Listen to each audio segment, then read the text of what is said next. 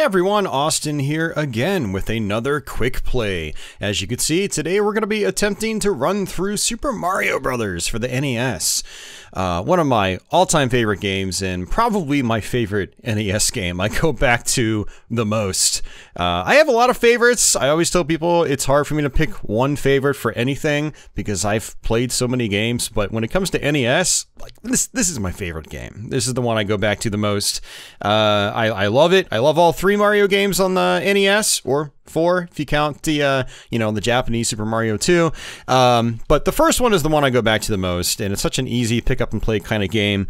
I obviously have a lot of nostalgia for it because it was, I think, the first NES game I'd ever seen growing up as a kid, and it was the first game that I personally owned as an NES owner as a kid. So yeah, I just love this game. So yeah, this is my quick play series. This is like the casual playthrough series where I just fire up a game and try to see if we can get through it, and I just kind of talk about it as we go along, and I talk about a bunch of other things too, so it's not always just about gameplay and tips and techniques and stuff like that.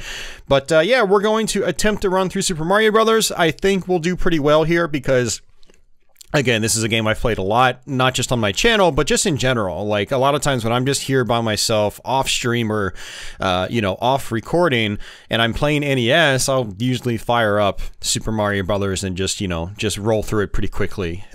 So, yeah, let's go ahead and hit that start button and just jump right into it. For anybody wondering, we are playing this on the Mr. FPGA, and we're using a 8-bit DO SN30 Pro controller. So this is going to be a little interesting because I'm actually technically playing with a Super Nintendo style controller as opposed to my actual NES controller. Typically when I do NES gameplay videos here, I record via my retro USB AVS console, which is another FPGA hardware solution that replicates the old NES hardware. And yeah, that allows me to use my actual NES controller.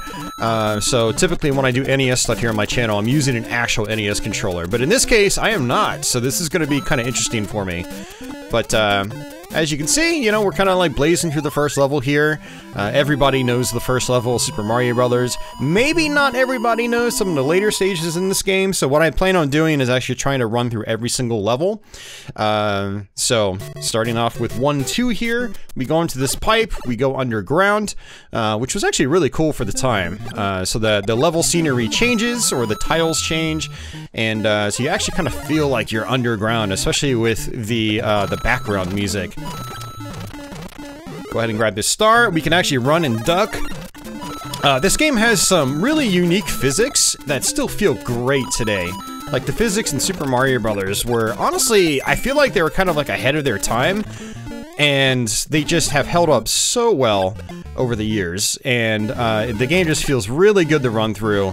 It feels really good to move. There's a little bit of inertia, but it feels just right. You feel like you're a dude actually like running real fast, and then when he tries to stop, he has to, skid or slide a little bit before he actually comes to a full stop. But you can actually take advantage of that and do some interesting movement tech where it's like, you run, you duck, and then you can still jump when you're ducking. There's all sorts of stuff you can do in this game. And I just took a hit. So, when you're Small Mario, you want to grab a mushroom just like this, and you turn into Big Mario. That actually gives you 1 extra hit point. And you can also get a fire flower after that, which allows you to throw fireballs, which is also very, very good. Highly recommend learning how to get good with the fireballs, because they can be extremely useful in this game. And what I love about the fireballs is that it's very much a skill-based attack. Like, you can't just mash the fire button for the fireballs. You can only throw 2 fireballs out at once. And also, they bounce, so you have to actually learn how to aim with the fireballs. You can't just, like, mash the button, because sometimes your fireballs will go over the enemies. So you need to, make sure that you're close to an enemy when you use it, or, you just aim right. Now, the great thing about the fire flower is that you can actually destroy these Bowsers at the end of each castle. And that's actually how I prefer to destroy the Bowsers or get past them. You can jump over them, you can run under them, you can hit the axe to basically chop the bridge off, and then they fall to their doom. But I prefer staying back from a distance and actually shooting them. It just makes life a lot easier, if you ask me. So, And for those of you guys, again, that haven't really played Super Mario Brothers, there's a ton of, like, hidden blocks and stuff like that. And for some reason, I thought there was a block there, but it wasn't popping up, so I guess apparently not. Now, if you get 100 coins, you'll get yourself an extra life. So if you're, you know, for some reason struggling with this game, which I've heard from people all the time that still can't beat this game, all these years later. And speaking of which, there's actually a hidden vine right here. And, or beanstalk, and we can go up here to a little bonus area. There's a bunch of these over the course of the game. Some of them will also take you to warp zones. There are ways to just warp quickly through this game, which everybody knows all this stuff. I'm pretty sure all you guys watching already know all this stuff, but I'm gonna go ahead and explain it anyway. Just in case, like, some kids happen to pop in here and they've never actually seen the first Super Mario Brothers. But most people my age, like, know all this stuff, because this was such a common game growing up, and, you know, even if you didn't have an NES, you probably at least played Super Mario Brothers. So, yeah, you probably at least played Super Mario Brothers growing up, even if you didn't own an NES. Oh man, such a good game. I always love going through this game. Even, like, playing all 8 worlds, which each world has 4 levels. So there's basically 32 levels in the game. You know, even if you play through them one by one, like I'm doing right now, it actually doesn't take all that long to go through the game. It's one of the things I love about this game, compared to, say, Super Mario 2 or Mario USA, as well as Super Mario Bros. 3. You know, both fantastic games, and I love them dearly, but I love just the concise nature of the first Super Mario Bros. It doesn't overstay its welcome. Even if you're trying to play through all the levels, you just can kind of blaze right through them if you know what you're doing. Whereas when I play something like Super Mario Bros. 3, I feel like I've either got to play, like, the All-Stars version on Super Nintendo, where it can save your progress, so I can do, like, a few worlds at a time, save it, and then come back later. Or I have to... I'm like, much more inclined to use the Warp Zone trick in those games, Mario 2 and Mario 3, because they're much longer from start to finish if you're just trying to play all the levels. Although Mario 2 isn't nearly as long as Mario 1, or sorry, Mario 3. So that one I can still kind of go through all the levels and it's not too bad. But Super Mario Brothers, the first one, is just, again, it's like the most concise of the 3 in terms of length, and how long it takes to go through the entire game from start to finish. Now, all of the Mario games on NES, they have warp zones, so, you know, if for some reason you don't want to play through every level, you can still use the warp zones. And you don't have to use all the warp zones either. You can just use, like, I don't know, the first warp zone, warp straight to World 4, and then you're halfway through the game. You just kind of start at the halfway point, and then go from there. Or play the first few worlds, and then find the warp zone in World 4, 4-2, and then kind of warp to the end from there. So you have a lot of choice on how you want to go through the game, which is nice. You know, you have no password saving or anything like that, but the warp zones kind of act as your password if you definitely don't want to go through the whole game from start to finish. You know, you do have options, and ultimately I think that's what matters most, is having options. And let's go ahead and just sit up here, do a little ducking jump. The ducking jump actually gives you a little more wiggle room if you know you're going to bounce into a ceiling. It gives you a little bit of extra headroom to move farther forward as you're jumping. So that's where you saw me do a ducking jump as opposed to a regular jump. Yeah, man, these physics, they just feel so good. You know, like the hopping off enemies. Now, in later Mario games, you could actually hold down a button and then jump really high into the air when you bounce off an enemy. That doesn't really exist in this game. So if you see multiple enemies back to back, you know, you need to skillfully hop from one to the next. Now, there is actually a extra life opportunity up there, but it's not appearing. Some extra lives, they only appear under certain circumstances, and I don't know the exact details. But, I think they might actually, they might only appear, well, I don't know. I'm gonna see if I can try the turtle trick here, coming up. We'll see what happens. There's an infamous trick that you can do that allows you to just get, like, a crazy amount of extra lives. Okay,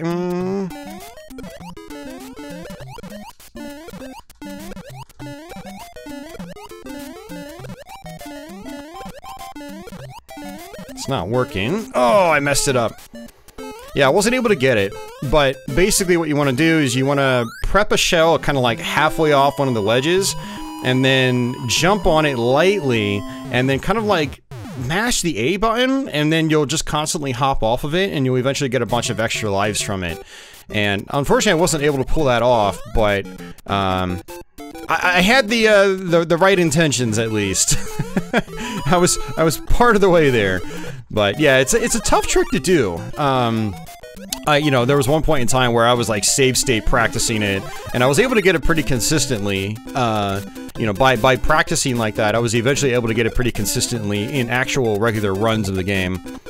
But unfortunately, I wasn't able to get it right there. This level is actually really simplistic, but it's really fun to just blaze through. It's definitely designed to be sped through really fast. I mean, all the enemies were lined up in a particular way where you could just hit one of the Koopa Troopas and then just knock it into a bunch of the enemies. And then, yeah, it's good stuff. I just love the level design in this game. It is definitely simplistic compared to just not even later Mario games, but just other games, period. But like I said, it's still just so much fun to go through. It's fast, you know, it's fluid, it's very responsive, and it's just a good time all around. Still very much skill-based gameplay as well. You know, you can take your time and play it really safe, but you can play it really fast too and be technical with the game. It's so much fun. Alright, World 3-4. Making pretty good progress so far, all things considered. And we're gonna go ahead and just kind of skip through a lot of this stuff. I'm already powered up, so I don't really care too much about getting a lot of coins. I've got a bunch of extra lives already. Now, I do kind of want to be a little careful with the fire there, because I don't want to lose my fire flower. Again, I'd rather shoot Bowser with my fire flower as opposed to, you know, jump over him or run under him. Thank you, Mario, but our princess is in another castle. Mamma mia, can you at least tell me what castle she is in? Good lord. Oh, that was horrible. That actually happens sometimes. The Spinies, if they're positioned a very particular way, they'll actually kind of fall halfway through a block. And it looks like that one-up is not going to appear. Yeah, I always forget why those one-ups appear and why they don't. And I think it might have something to do with like whether you use a warp zone or not. But we're gonna go ahead and come on down here just because I can. And there's a mushroom there, so that actually helps me a little bit. And you can actually do a little slide right here, if I can get it right. Let's see, can I get it? Come on, you can do it. Or not. Nope, alright, not happening. Also doesn't help that this D-pad, while pretty good on this 8-bit Do controller, it's not as good as an original NES D-pad. So, that little block down there also has a bunch of coins in it, so if you're trying to get all the coins in the game, you know, you want to bust that open. Those blocks with coins in them, the amount of coins they give you is dependent on how rapidly you bop them with your head, or technically your hand. Technically Mario's jumping and hitting the blocks with his fist, not his head.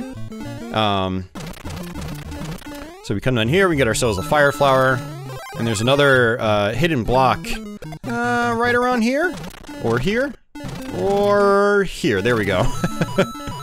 I always forget where it is exactly. And if you need a power-up, there's another one right there. And if you want a warp zone, you can actually come on up here, go halfway off this block, hit this, there's another beanstalk, but I'm not gonna take it. More coins right here. Now, you know, I also really learned these levels inside and out when Super Mario 35 was a thing on Nintendo's Switch. That was a really fun Battle Royale style game, and I'm super disappointed that Nintendo took it offline. It was like my most played Switch game pretty much ever. But it really forced you to learn all the stages in the original Super Mario Brothers, like to a T. And so, I actually ended up, like, finding interesting new routes through the stages that I never really considered when I was, you know, younger, by playing that game. And that ultimately ended up helping me in my original Super Mario Brothers skills in general, which was cool, so. Still sad that that game has disappeared. I still technically have it installed on my Switch, and I fire it up every now and then, and I just get super nostalgic because, like, you know, those are some of my, Ooh, no, I went way too fast. Those were some of my, best modern gaming memories, which was just rocking, Mario 35 on the Switch. You know, I would just play it again and again and again and again. It was so much fun. R.I.P. Mario 35. R.I.P. So yeah, I wasn't really paying attention there. I was, I was just moving really fast, and honestly, these, like, mushroom top levels, or these tree top levels as well, you don't really want to rush through them as fast as you can, unless you know them inside and out. But, yeah, so this is actually interesting. This is our first maze level. So there are a couple of these in the game, and there are always castle levels, and you have to go the correct route. And I always forget what the correct route is on this one, but it looks like I got it, because there's a change of scenery, and then I believe I come down here. So one thing that's actually really nice about the Mario All-Stars versions of this, or the Mario All-Stars version of this, is that when you pick the right route, there's actually like a little ding sound letting you know that you did the right thing. Unfortunately, and this is probably one of the worst design choices in the original Super Mario Brothers, is that that doesn't exist, and so you're just kind of left, you know, wondering where you're supposed to go, which route is the right way. You could end up looping the same section over and over again until your time runs out. And trust me when I say that's happened, especially on the castle for World 7, because that one has a much more complicated puzzle solution. The one in World 4 isn't too bad, honestly. It's very simple. But the one in World 7 is just nasty. So this is where the bullet bills are introduced. So it's basically these black cannons that shoot out bullet bills. Basically these missiles. And they can actually go pretty fast in the original Super Mario Brothers. In more current Mario games, they're much slower. So you have to be a little careful with these things. Also, I think, man, I don't remember if I'm right or not, but I think in the Versus Super Mario Brothers arcade game, which was basically the arcade version of Super Mario Brothers. Oh, that was good. I got past that Hammer Brother without taking a hit. Versus Super Mario Brothers is an arcade version of the original game, but with altered stage designs, some brand new levels, and faster enemies. Like, I'm pretty sure the bullet bills in Versus Super Mario Brothers are significantly faster than they are in original Super Mario Brothers on NES. If you guys haven't played Versus Super Mario Brothers, I highly recommend it. It is on the Switch eShop as an arcade archive, which is really cool. It is like Super Mario Brothers, but like an expert mode version of it. I think it might even have some levels from the Famicom Super Mario Brothers 2. Oh, I missed that. Let's see if we can do this again. Okay, good, got it. So you can actually, like, duck underneath these objects, and then if you hit up, Mario will actually end up sliding to one side automatically. So you can actually do it consistently. It's not, it's pretty much normal behavior for this game. Just like that. So, if you ever get stuck underneath an object, don't panic. Definitely don't panic. There's no reason to. Because Mario will just get shoved to one side or the other, every single time. And that little, fire flower to the top of the pole is just one of those, like, OCD things I have with this game. Like, it's just something I always do, because it's fun. Takes a little bit of precision to get it right, so it's just fun. Alright, so World 5-3. Another treetop level. This is basically a duplicate of the first treetop level from World 1, but you'll notice that platforms are now smaller. You now have bullet bills coming at you, so, you know, it's harder to deal with. You have to be a lot more careful here. So, Super Mario Brothers did come out in a time where, you know, game ROM sizes were very small. It was still kind of like during this, you know, I'd say at the very tail end of, like, the golden age of, you know, arcade games, where, you know, level sets would just kind of, like, repeat and get harder and harder and harder, and that's kind of what this does. So we've got kind of the same castle that we've gone through before, but now we have more of these, these fire wheels, and then we have more fireballs coming up from the bottom. And then we have, you know, smaller platforms, you know, smaller moving platforms, so you have to be more precise with your jumps. So basically the intensity level has risen. But, you know, with Super Mario Brothers, I think it still works, despite, you know, the repetitive, you know, reusage of existing stages. It still works, because it's not like it does it 10 times. It does it once. You know, it repeats the same castle design, you know, once. And then, you know, it's not like it's repeating the same castle design over and over and over and over again. So, for the length of the game, it's fine. It works perfectly fine, even in this day and age.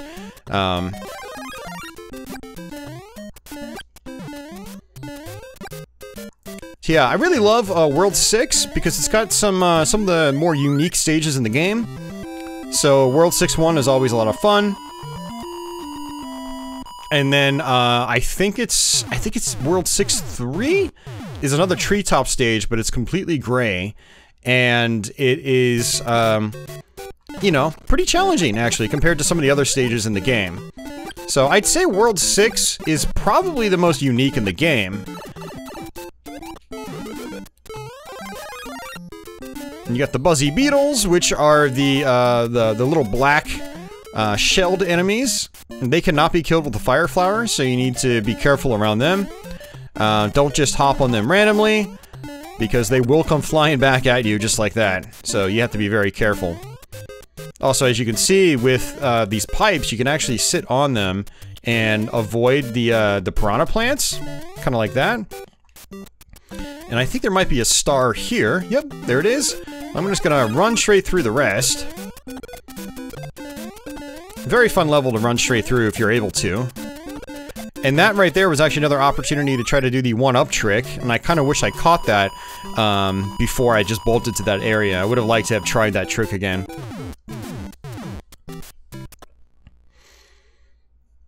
Alright, yeah, so World 6-3, like I said, is completely gray. It's also got a fairly unique level layout, despite using the same kind of theme as earlier stages in the game, earlier treetop stages.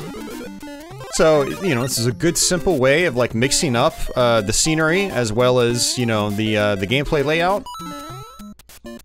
So, Super Mario Brothers is, you know, it does things very tastefully and simply as well.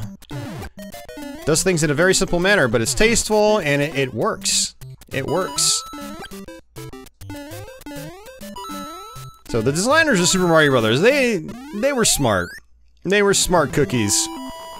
You know, and Nintendo has always been very good at that type of stuff. You know, making the most out of what little they have to work with. And Nintendo has always excelled at that. They still excel at that, even on, you know, their modern platforms like the Wii U and the Switch. You know, not exactly the most powerful hardware in the world, but they were always able to get, like, really great results out of that hardware. Stuff like Super Mario 3D World, Mario Odyssey, stuff like that. Nintendo's always been masters of their craft, and it's easy to kind of put them down because, you know, oh, they're popular and this and that, and oh, they make games for kids, but the fact of the matter is they've got some of, like, the best and brightest people in the industry, and they have for decades now. Going all the way back to games like this. I mean, even their early arcade games were just phenomenal for the time. Just very well-polished games like Donkey Kong and Donkey Kong Jr. and Mario Bros. Just really fantastic stuff by them.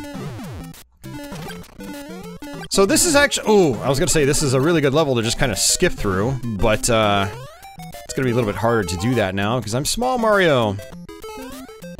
Now with these Hammer Brothers, you can try to stay close to them, especially if you're Small Mario, and then just be patient and take your time, and then you can just bop them from down below. Now, I don't think there are any power-ups here. I always check, but I always get this level confused for one of the last levels in the game, which I think is 8-3. But just gonna take my time. As Small Mario, I can just kind of sit below the bullet bills. Well, not the ones that are on the ground. As you can see there, there's some cleverly placed bullet bills. where you've got one on the ground and then one, you know, 2 tiles higher. So it's a little bit harder to just, a little hard to just run underneath it. Oops, I messed that up. See, that was another one-up opportunity, but I messed it up. You want to do, like, you want to hop on it, and then you want to, like, do a little baby jump, and then constantly tap the A button, or the jump button, to keep hopping on it, and, it's really tricky to do. It's very tricky to do, and I remember watching kids do it as I was growing up. Like, you know, everybody knew about that trick growing up, everyone that had played Super Mario Brothers, but very few kids I knew could pull it off, but when I saw kids pulling it off, it was just like, what? It was mind-boggling. And even as an adult, I still struggle with that mechanic. Even though I know how to do it now, I'm definitely not an expert at it. Super Mario Brothers was kind of an interesting game growing up. So many kids I knew were just enamored by this game. Alright.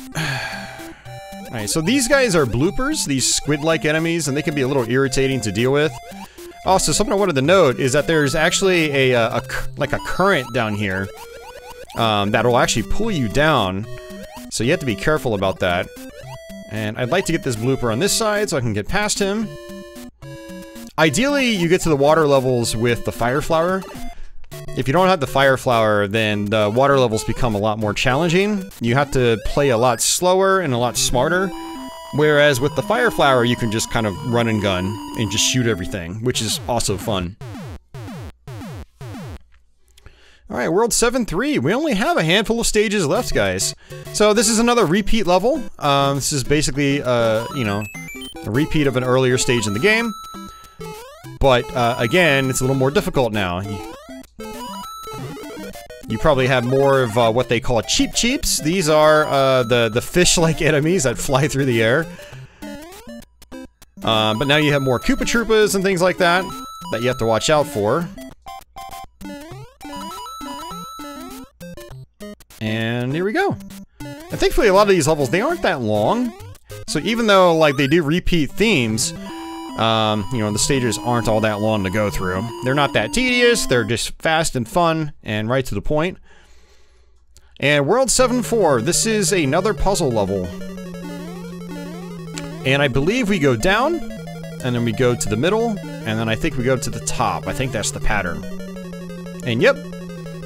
Now this one is a lot more complex. I always forget how to do this.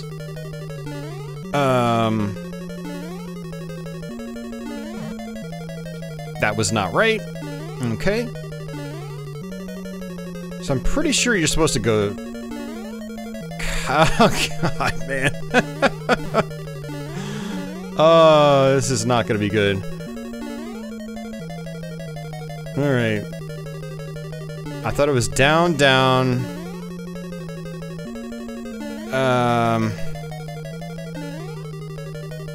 Nope. Yeah, I always thought you were supposed to drop down like this. That's not it. Oh, that was it! Wow, really? Okay. Yeah, I haven't done that in a while. Okay. Whew. Yeah, so you can probably see where, like, some of the puzzle castles in this game can get a little frustrating. That last one, you can just loop it infinitely and then run out of time. And that's it, you know, and then you have to do it again, and you're like, ugh. It can be very frustrating. Now, you notice that you can just, like, run across, like, one-tile-wide gaps?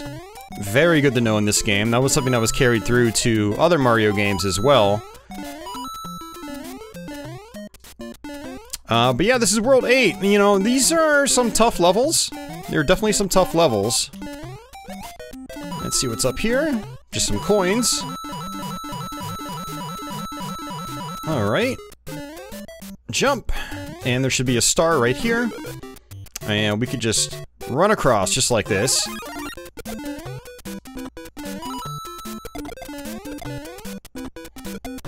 And there's gonna be a tiny, like, one tile wide jump Now you can try to take it really slow, or you can try to just bolt across it, but it's a little difficult to just run and jump across it as fast as you can. Woo, that was close. So this part I usually like to take nice and slow because you've got those gaps between the each column. Alright, on to World 8-2. So this is actually a pretty unique stage. What I do like about some of these last few levels is that they are fairly uniquely designed. You know, they've got like different platforming puzzles, and you know, you kind of have to figure out the right way through the levels. They're not just rehashes of previous stages. And there's actually a mushroom or fire flower in one of those blocks, but I'm not gonna worry about it.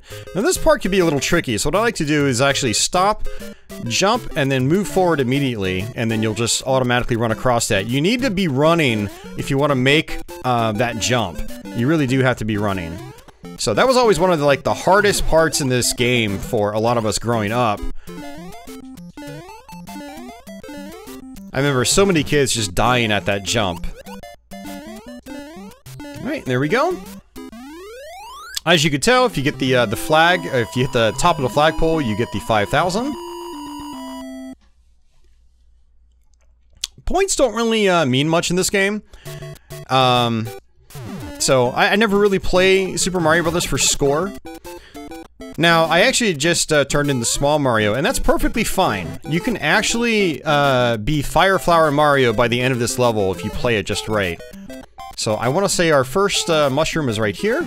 Just got to make sure we grab it. Just like that. And let's go ahead and jump over here this way. Now we have to play it a little safe. I really want Fire Flower Mario for the end. It'll make the last level much easier if I can have it. Now unfortunately we've got two Hammer Brothers here. Hammer Brothers can be really challenging to deal with, especially in this Super Mario Brothers. Some of the newer Marios, the Hammer Brothers, they don't fire as quickly, and so they're actually a lot easier to deal with. But they're pretty challenging enemies in the first Super Mario Brothers. And this right here is exactly why I want the Fire Flower. You've got to deal with multiple Hammer Brothers back to back. And this is actually a coin block right here. You can tell because it's got a little white highlight on the top of it, on the top of the tile. Just take our time. And there we go, on to the final stage. Now, the final castle is also a puzzle castle. You need to know the correct route, and I will show you the correct route. Really tight jump right here. You need to be holding on the B button to run, and then press the A button if you want to get past that that jump. So definitely a tight jump right there. And there's actually a moving platform right here. Now, if you don't have the Fire Flower, it is entirely possible to get through this, but it is a lot harder because you have to go through the whole castle without taking a single hit. So we definitely want to try to be careful here, not lose the Fire Flower. Now we're gonna go underwater. Oh no, underwater's the next one. We're gonna have some Cheep Cheeps flying up here, so we have to be careful not to get hit by them. Oh, that's gonna make this last part really difficult. We'll see what happens. Oh man, I hate it when that happens. I really, really hate it when that happens. But, I mean, sometimes, like, you just don't have a choice with those Cheep Cheeps. Maybe that's why they're called Cheep Cheeps. No, it's probably like some kind of, like, I don't know, Japanese term mistranslated or something like that. Or it has some other meaning. Okay, ooh, that was close. I want to wait for that fireball, and then run and jump, and now we've got Bowser. Oh, lucky run. Lucky run. He just jumped immediately, and I was able to just go straight underneath him. So, from like Castle 5 or 6, it might be Castle 6, Bowser starts throwing hammers. He basically turns into a massive hammer brother. So he can be really tough to just like jump over or run under. So you've got to be either lucky, like I just got, or you have to just be able to time like your run correctly. So, but man, that is Super Mario Brothers, ladies and gentlemen. Hopefully you enjoyed that playthrough. Hopefully you had fun watching this sort of casual attempted run that turned successful. But yeah, I always love going back to this game, and this quick play series that I've been doing recently has kind of given me an excuse to go back to a lot of these games that I haven't played in a little bit. Maybe I played them on live streams, you know, somewhat recently, but I haven't, like, just done, like, good full personal runs of them in a while, so... but yeah, that's fun. I always enjoy playing this game. Like I said, it's my favorite NES game. It's the one I go back to the most, and I still love playing it all these years later. Oh, man, how long has it been? It's been like 35 years now since I played this. It's been a long time. I've been with Super Mario Brothers since basically the beginning, so... It's been a long run. It's been a long journey. But, alrighty guys, thanks for watching. If you have any questions or comments, or maybe any requests or anything like that for this Quick Play series, let me know. Stay tuned for other, more appropriate Let's Play walkthroughs, as well as the usual live streams. And maybe even some other video types. But yeah, that's gonna do it for me, guys. Have a good one. And until the next one, take it easy.